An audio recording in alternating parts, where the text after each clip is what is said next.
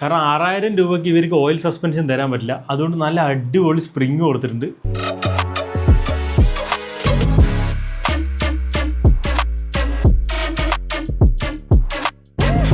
ഒരു main difference നമുക്ക് feel ചെയ്യാന്ന് പറഞ്ഞു കഴിഞ്ഞാൽ, ഇത് നമുക്ക് ഡ്രോപ്പ് ചെയ്യുമ്പോൾ ഈ ചാടി കളിക്കുന്നുണ്ടോ. ഓയിലിൻ്റെ സസ്പെൻഷനാണെങ്കിൽ ഇങ്ങനെ ചാടി കളിക്കൂല. ഇത് കണ്ട, ഇത് ഓയിലിൻ്റെ സസ്പെൻഷനാണ്.